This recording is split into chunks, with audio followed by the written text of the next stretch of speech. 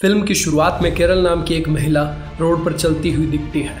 उसे यहाँ सब कुछ अजीब लगता है क्योंकि इंसान फीलिंगलेस हो चुके थे और किसी के फेस पर कोई इमोशन नहीं दिखाई दे रहे थे। यह जगह किसी डेड टाउन की तरह लग रही थी।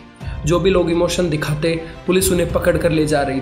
काफ़ी देर चलने के बाद एक नॉर्मल दिखने वाला पुलिस ऑफिसर उसके पास आता है। वो नोटिस करता है कि उसके पसीना आ रहा था। वो उसे वहाँ से भागने के लिए कहता है वरना वो पकड़ी जाएगी या मारी जाएगी। अपने इमोशन दिखाना या सोना यह मौत का कारण बन सकता है। मूवी में कुछ दिन पहले का सीन दिखाया जाता है।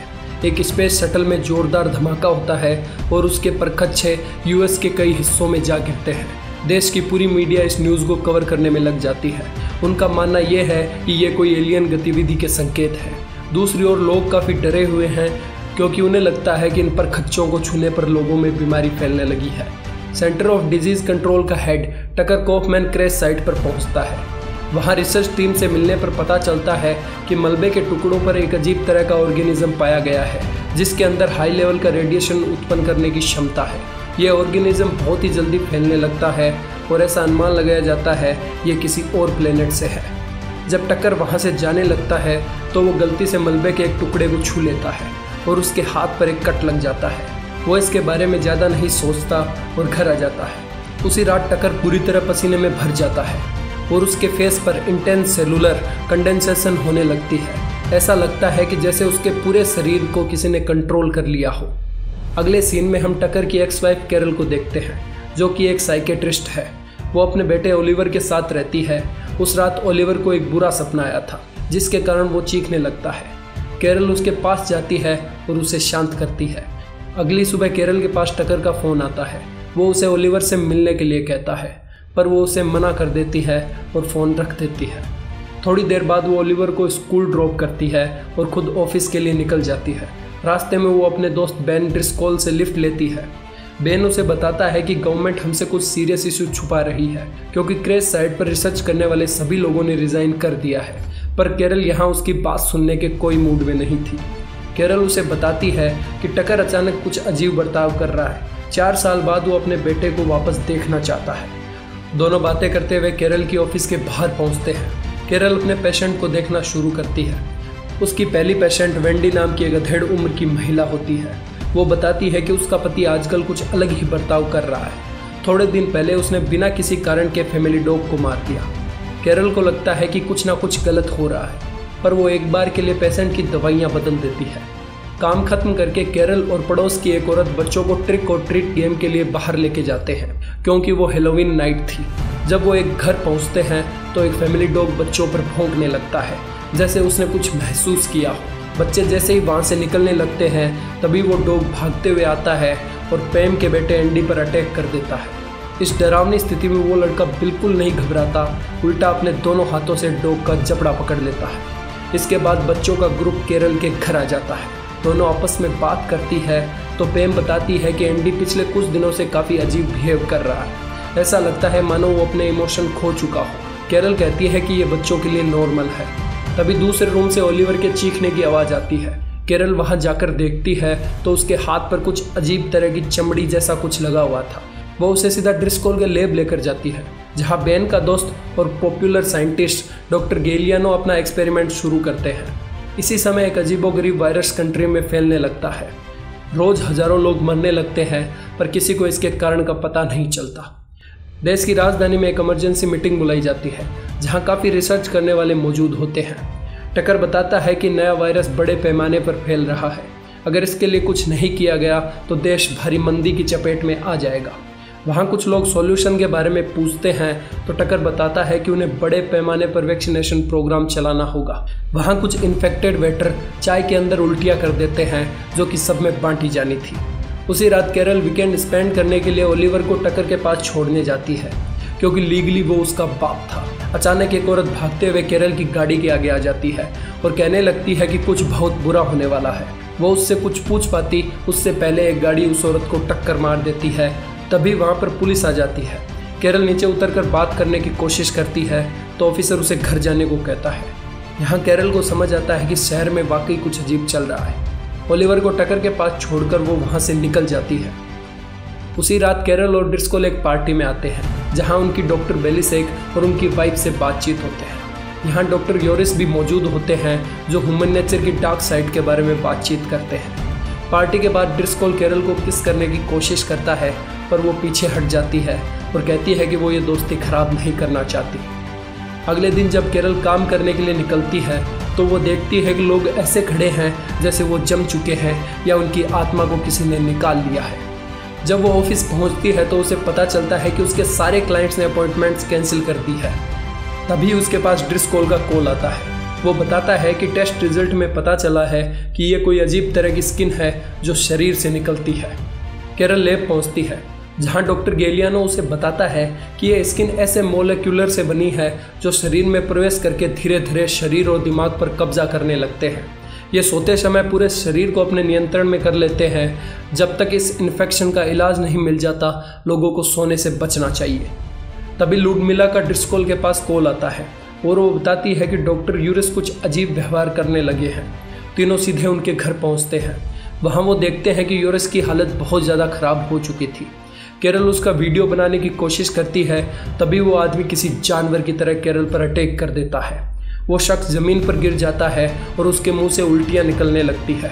थोड़ी देर तड़पने के बाद वो मर गया। यह सब देखकर कैरल डर जाती है और ओलिवर को लेने के लिए निकल पड़ती है। जब वो वहाँ पहुँचती है तो उसे टकर मिलता है और साथ में उसके कुछ दोस्त भी वहाँ मौजूद होते हैं। कैरल ओलिवर के बारे में चिंता करती है तो टकर कहता है कि वो अपने दोस्त के साथ खेल रहा है। कैरल को उस पर यकीन नहीं होता और वो ओलिवर को इधर उधर देखने लगती है। तभी टकर और उसके दोस्त कैरल को घेर लेते हैं।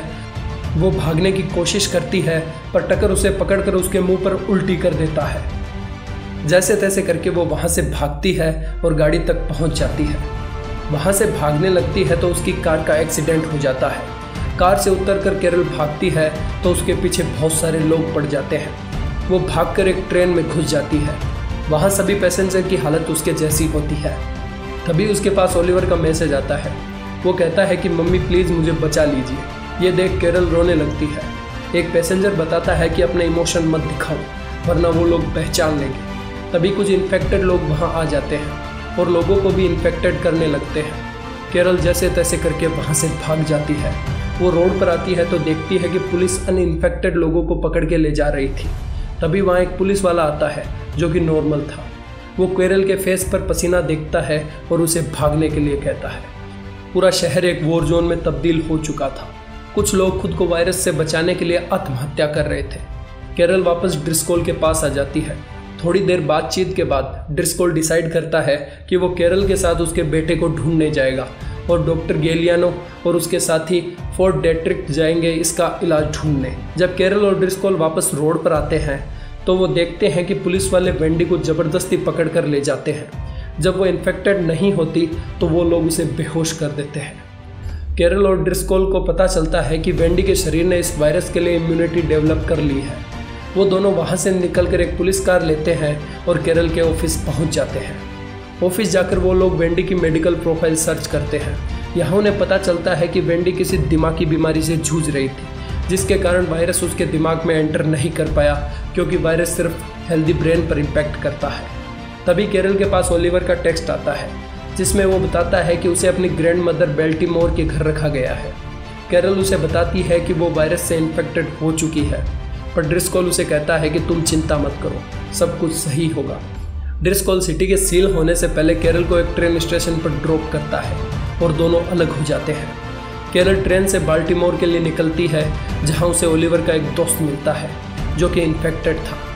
स्टेशन पर पहुंचने पर टकर कैरल को पिक करने के लिए आता है और अपनी मॉम के घर लेकर चलता है। कोई काम के लिए टकर बाहर जाता है। तभी कैरल ओलिवर को ढूंढने लगती है और फाइनली ओलिवर उसे मिल जाता है। दोनों काफ़ी इमोशनल हो जाते हैं। ओलिवर बताता है कि उसे अभी तक इन्फेक्शन नहीं हुआ है जबकि वो रोज़ सोता है। यहाँ हमें पता चलता है कि वो लगातार नींद की दवाई लेता था, इसी कारण उसके शरीर में ये वायरस नहीं फैला। तभी वहाँ जीन आ जाता है। कैरल उसे एक तरफ धक्का दे देती है और दोनों वहाँ से बाहर निकल जाते हैं। बाहर निकलते ही टकर उन्हें देख लेता है और उनका पीछा करने लगता है। वो उन्हें एक सुनसान वेयर हाउस में पकड़ लेता है और मारने लगता है। तभी कैरल लो के एक सरिये से उसके सर पर वार करती है और उसका काम तमाम। दोनों भागते हुए एक फार्मेसी में पहुंच जाते हैं। जहाँ केरल को एक इंजेक्शन मिलता है, वो ये इंजेक्शन अपने बेटे को देती है और कहती है कि जब भी मुझे नींद आने लगे मेरे सीने पर ये इंजेक्शन लगा देना। तभी उसके पास ड्रिस्कोल का कॉल आता है और वो उसे अपनी लोकेशन बता देती है। वहाँ इमरजेंसी रूम में कुछ लोग इन्फेक्टेड थे। केरल अंदर जाती है और वहाँ पड़ी एक गन उठा के ले आती है। थोड़ी देर बाद ओलिवर सो जाता है। केरल नींद से बचने के लिए अलग अलग उपाय करती है, पर कोई उपाय काम ना आया। थोड़ी देर बाद वो इन्फेक्टेड लोग दरवाज़ा बजाने लगते हैं, जिससे ओलिवर जाग जाता है और देखता है कि उसकी मोम वहाँ नहीं थी। वो भाग कर देखता है तो केरल सो चुकी थी। वो जल्दी से इंजेक्शन निकालता है और उसे लगा देता है। इन्फेक्टेड होने से पहले केरल उठ जाती है। तभी ड्रिस्कोल वहाँ पहुँच जाता है। केरल काफ़ी खुश हो जाती है, पर जब उसे पता चलता है कि वो भी इन्फेक्टेड हो चुका है, वो पीछे हट जाती है। ड्रिस्कोल कहता है वायरस ने उसे और ज़्यादा पावरफुल बना दिया है। वो केरल को कहता है कि हम लोग नई सोसाइटी बनाएंगे जहाँ कोई समस्या नहीं होगी, कोई क्राइम नहीं होगा। ड्रिस्कोल गेट खोल देता है और वहाँ कुछ और इन्फेक्टेड लोग आ जाते हैं। वो कहते हैं कि इम्यूनिटी वाले लोगों से हम नफरत करते हैं। ऐसे कहते हुए वो लोग आगे बढ़ते हैं। केरल एक एक करके सबको गोली मार देती है। ड्रिस्कोल के पैर में वो गोली मारती है और वहाँ से निकल जाती है। वो एक कार को लेकर निकलती है और उसके पीछे काफ़ी लोग पड़ जाते हैं। तभी उसके पास डॉक्टर गेलियानो का कॉल आता है। वो उसे एक बिल्डिंग के टॉप पर आने को कहता है ताकि हेलीकॉप्टर से केरल और ओलिवर को रेस्क्यू किया जा सके। केरल बिल्डिंग के टॉप पर पहुंचती है और वो लोग वहां से निकल जाते हैं। इस वायरस की वैक्सीन बना ली जाती है और पूरे विश्व भर में लोग सही होने लगते हैं। लाइफ वापस नॉर्मल होने लगती है। वैक्सीन लगने वाले लोगों को उस इंसिडेंट के बारे में कुछ याद नहीं रहता। केरल जीन को अडॉप्ट कर लेती है और ड्रिस्कोल के साथ शादी कर लेती है। इसी के साथ फिल्म खत्म हो जाती है। अगर आपको हमारी एक्सप्लेनेशन पसंद आई हो तो सब्सक्राइब करें हमारे चैनल मूवीक्स हिंदी को। धन्यवाद।